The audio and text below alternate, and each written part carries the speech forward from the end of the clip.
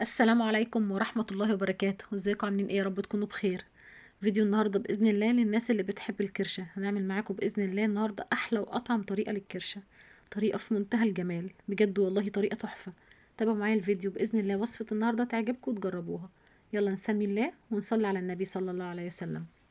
معايا وصفة النهاردة بإذن الله 3 كيلو من الكرشة، متنضفة كويس قوي ومغسولة كويس قوي بملح الليمون والكربوناتو. غسلتها كويس وشطفتها كويس قوي وقطعتها بالشكل ده. طبعا الكمية والتقطيع حسب المتاح وحسب ما انتوا حابين. اجي بقى في حلة سخنة على النار، بنزل بالكرشة المقطعة بالشكل ده، وابدأ ان انا اديها تشويحة كده على نار هادية لحد ما تنزل المية بتاعتها خالص، زي ما هنشوف بعد شوية. زي ما احنا شايفين كده نزلت المية بتاعتها. ببدأ بقى ان انا اخرج الكرشة من المية واتخلص من المية تماما. بخرج بقى كل كمية الكرشة، بكب المية دي خالص، وبرجع احط الحلة تاني على النار او حلة تانية نضيفة. بنزل بقى بالكرشة تاني.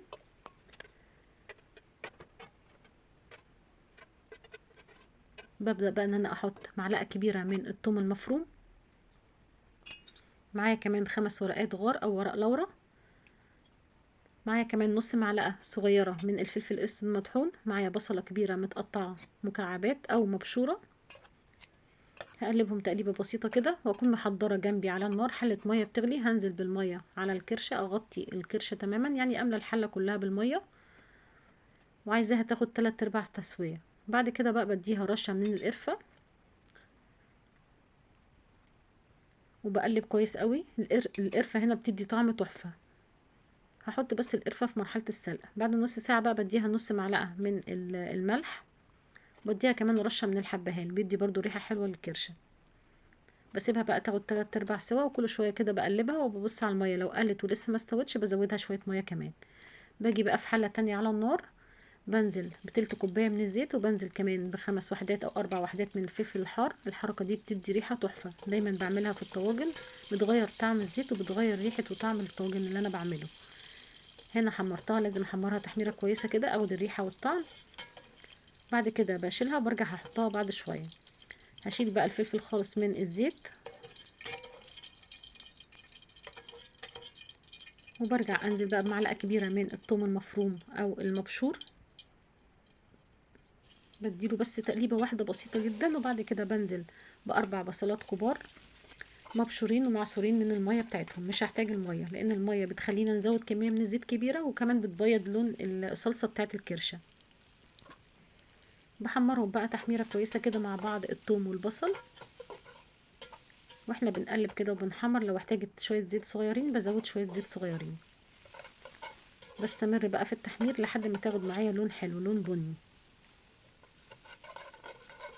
التحميرة كويسة بتدي طعم حلو قوي للصلصة. زي ما احنا شايفين كده اخدت اللون البني الجميل ده. بنزل عليها بقى ب2 كيلو من الطماطم مضروبة في الخلاط ومعصورة كويس قوي من القشر بتاعها. اللي حابب يضيفها بالقشر مفيش مشكلة، بس انا بحب اصفيها من القشر بتاعها. دول 2 كيلو من الطماطم مضروبين كويس ومعصورين في الخلاط ومعصورين كويس من القشر بتاعهم. بعد كده بقى بنزل عليهم معلقة كبيرة من الثوم المفروم، بنزل كمان بمعلقة متوسطة من الملح، نص معلقة صغيرة من الفلفل الأسود، معايا كمان نص معلقة صغيرة من ورق اللورا المطحون، وربع معلقة صغيرة من الحبهان المطحون، معايا كمان رشة من جوز الطيب،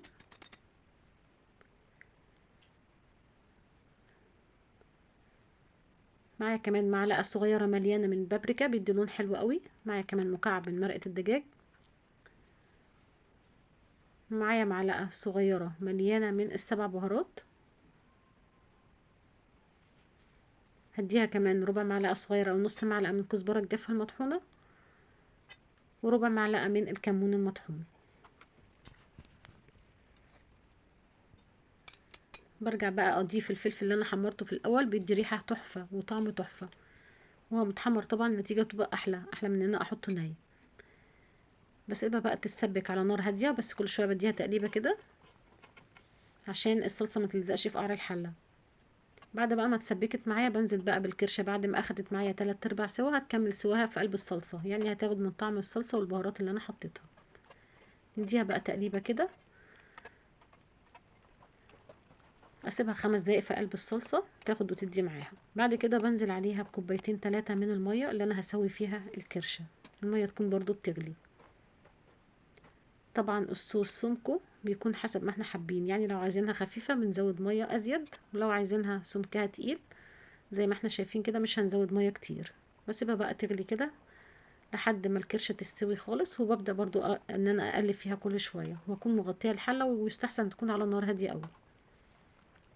يعني هي كده تقريبا استوت، يعني قدامها 5 دقايق كده وتكون جاهزة معانا.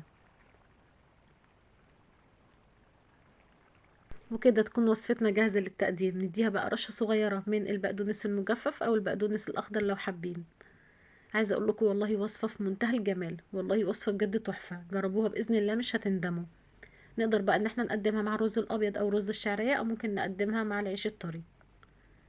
وكده تكون خلصت وصفتنا النهاردة. بتمنى يا رب وصفة النهاردة تكون عجبتكم تجربوها.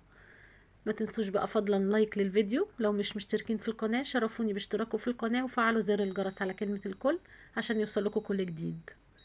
بشكركم جدا. السلام عليكم.